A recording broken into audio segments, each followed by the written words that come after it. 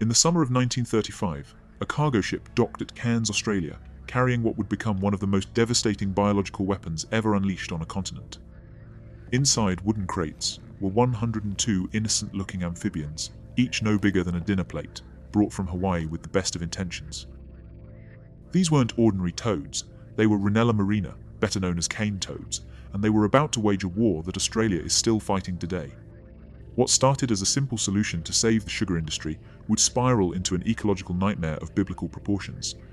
Within decades, these 102 toads would multiply into an army of 200 million, spreading across an area larger than France and Germany combined. But how could something so small bring a nation to its knees?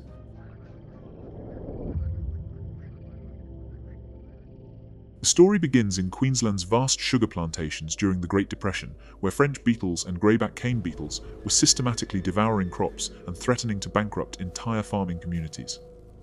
Sugar was Australia's liquid gold, worth millions of pounds to the struggling national economy, and desperate farmers were watching their livelihoods disappear one beetle bite at a time.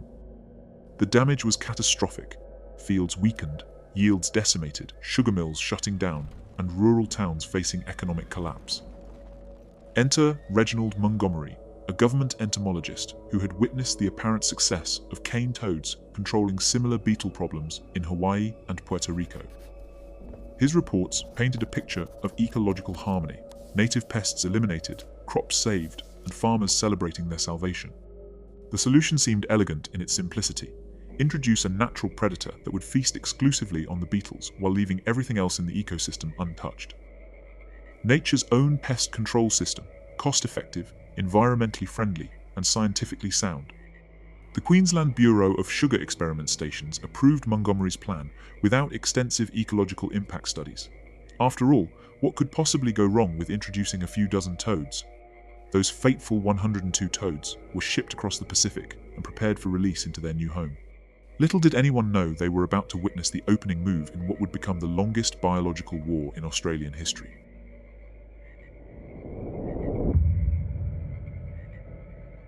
The initial release at Moringa and Gordonvale seemed to validate every optimistic prediction made by agricultural scientists.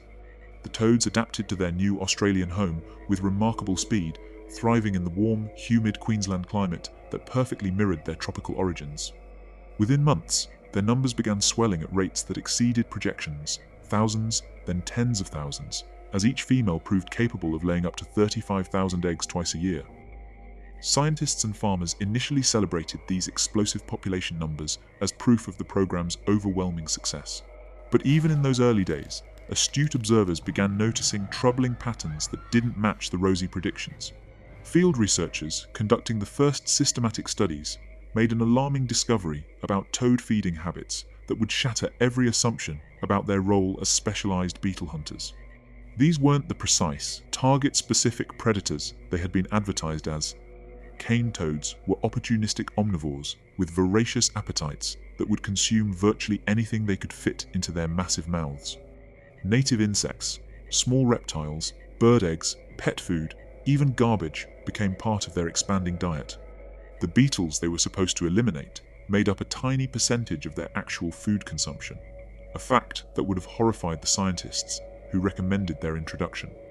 More disturbing was the discovery of their nocturnal feeding patterns, which meant they completely missed the daytime beetle activity they were brought to control. While farmers slept believing their fields were protected, the toads were actually hunting native wildlife that had evolved over millions of years without any defense against such predators. Reports began trickling in from remote sugar farms of strange wildlife deaths, mysterious population declines, and an eerie silence replacing the once vibrant sounds of the Australian bush. The ecological warning signs were there from the beginning, but the momentum of scientific pride and agricultural desperation would prove unstoppable.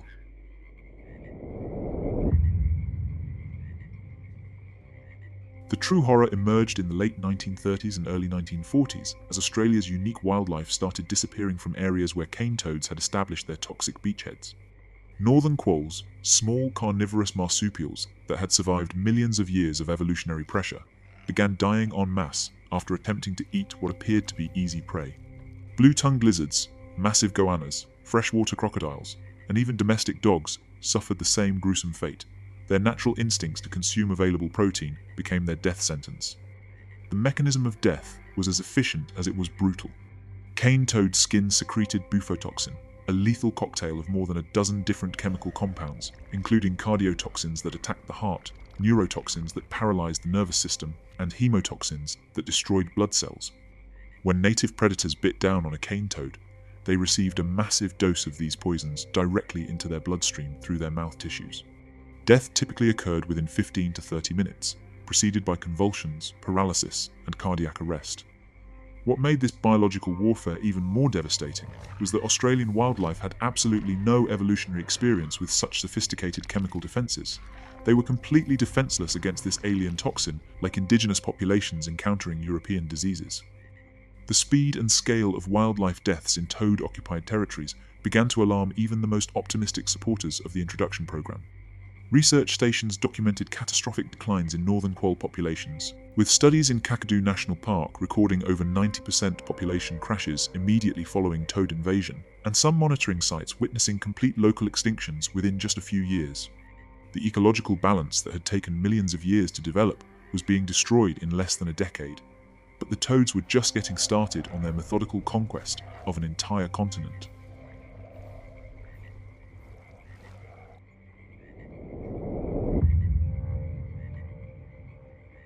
By the 1940s and 1950s, it became devastatingly clear that the cane toad introduction was not merely a failure, it was an unmitigated ecological disaster spiraling completely beyond human control. The toads had not only failed to make any significant impact on the original beetle populations that justified their introduction, but they were systematically poisoning Australia's irreplaceable ecosystem with military precision. Government reports that had once celebrated the program now read like war dispatches from a losing battle, documenting the steady advance of an implacable enemy across the Australian landscape. The toads were spreading at an alarming rate of 40 to 60 kilometers per year, their toxic presence creating biological dead zones in the wake of their relentless advance.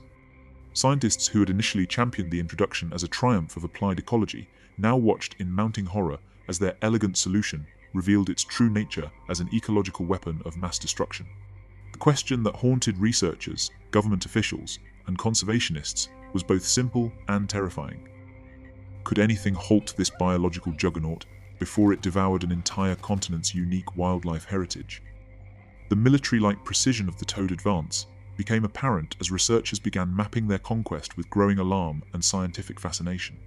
Unlike other invasive species that spread randomly based on chance dispersal events, cane toads moved in organized waves following water sources, favorable breeding habitats, and optimal temperature corridors with devastating tactical efficiency.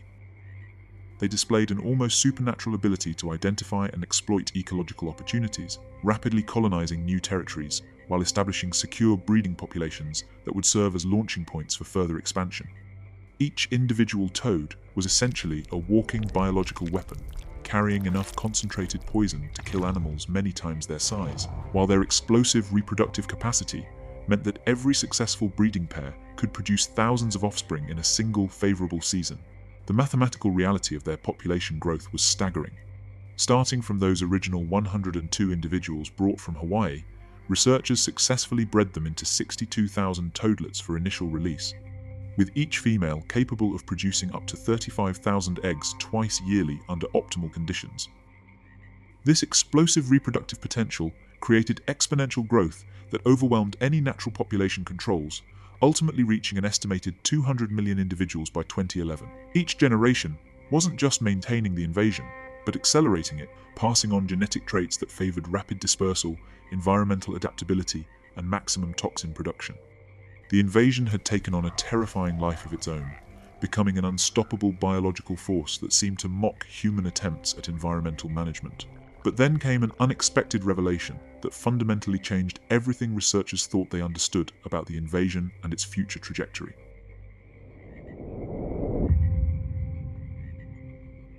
In 2005, scientists at the University of Sydney made a startling discovery while conducting detailed studies of toad populations at various stages of the invasion front. The cane toads, leading the continental conquest, were evolving at breakneck speed, transforming into biological superweapons unlike anything documented in their native, Central and South American habitats. These frontier toads had developed significantly longer legs through rapid natural selection, allowing them to travel distances appreciably greater than their ancestors, essentially becoming turbocharged for maximum territorial conquest and ecological destruction. Even more disturbing to researchers was the discovery that these evolutionary changes were occurring within just a few generations. They noted rapid shifts in toad morphology, locomotor speed, and invasion velocity. The invasion process itself was acting as a massive evolutionary pressure cooker, selecting for traits that maximize dispersal ability, environmental tolerance, and competitive success against native species. The toads at the invasion front were becoming more aggressive in their feeding behavior, more toxic in their chemical defenses, and more adaptable to diverse Australian environments, ranging from tropical rainforests to arid inland regions. This wasn't merely an invasion anymore. It was rapid evolution occurring in real time, producing living weapons that grew more dangerous and more efficient with each passing generation. The implications of this discovery sent shockwaves through the international scientific community and transformed understanding of biological invasions worldwide. The cane toads were essentially writing their own improvement manual, with each generation becoming better adapted for continental conquest. The most successful dispersers mated with other successful dispersers, creating offspring genetically programmed for maximum invasion efficiency. What had begun as a simple species introduction had become a terrifying demonstration of evolution's power to create perfect biological weapons when unleashed in alien environments.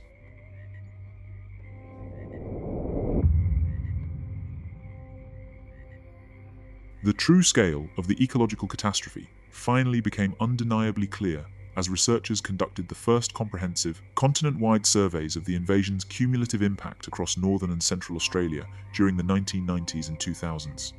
The results painted a picture of biological devastation that exceeded even the most pessimistic early predictions about the introduction's consequences.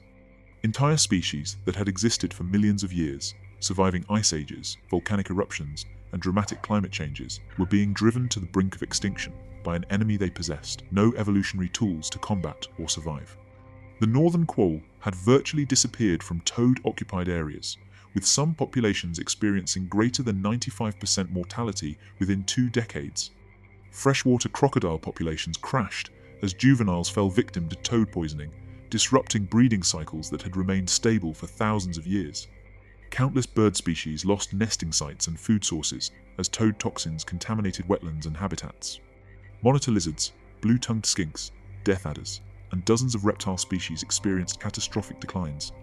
The economic cost was equally staggering. Fortunes in lost biodiversity represented irreplaceable natural heritage. Tourism industries suffered as unique wildlife viewing opportunities disappeared forever. Agricultural ecosystems lost natural pest control services as native predators vanished, requiring increased pesticide use.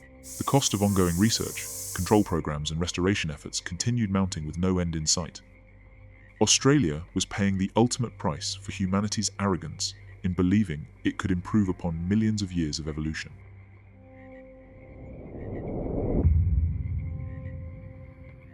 Today, nearly 90 years after that fateful cargo ship discharged its toxic passengers at Cairns, Australia remains locked in an eternal, increasingly expensive battle against an enemy that now numbers over 200 million individuals spread across an area exceeding 1.2 million square kilometres.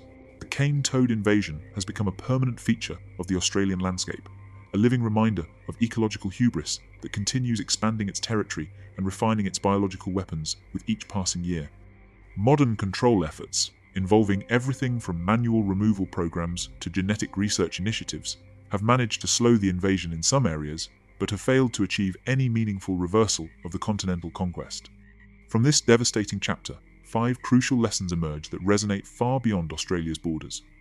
First, the principle of unintended consequences rules supreme in ecological interventions. What seemed like an elegant solution, introducing a predator to control a pest, ignored the complex web of interactions that define healthy ecosystems. The failure to consider what else cane toads might eat, how they might evolve, or how native species would react to their toxins demonstrates the dangerous hubris of believing we can predict nature's responses to our interventions. Every ecosystem represents millions of years of evolutionary fine-tuning, and disturbing that balance carries incalculable risks. Second, biological invasions are virtually impossible to reverse once established. Despite 9 decades of research, millions in control programs, and innovative removal techniques, the cane toad population continues expanding with relentless efficiency. This demonstrates that prevention isn't merely preferable to cure, it may be the only realistic option when dealing with invasive species that possess high reproductive rates and effective defenses. Once invasive species establish viable breeding populations, the mathematical challenges of elimination become nearly insurmountable. Third, native ecosystems are incredibly vulnerable to foreign biological weapons. Australian wildlife had no evolutionary experience with bufotoxin, making them defenseless against the invasion's toxic arsenal. This highlights how millions of years of isolated evolution can create beautiful, specialized ecosystems that are simultaneously fragile when exposed to threats from other continents. The lesson extends to island ecosystems worldwide, where endemic species often lack defenses against invasive competitors or diseases. Fourth, evolution doesn't pause for human convenience. The discovery that frontier cane toads were rapidly evolving into super-invaders revealed how quickly species adapt when strong selective pressures favor specific traits. Natural selection was working against human interests, creating biological weapons that became more effective with each generation. Any long-term management strategy must account for the target species' ability to evolve countermeasures. Fifth, the true cost of ecological disasters extends far beyond the original problem. The original beetle damage to sugar crops was minuscule compared to the ongoing environmental, economic, and cultural costs imposed by the cane toad invasion. The beetles represented a temporary agricultural challenge that could have been addressed through conventional pest management. The toads created a permanent ecological catastrophe that grows more expensive and devastating each year. Sometimes the cure truly can be infinitely worse than the disease.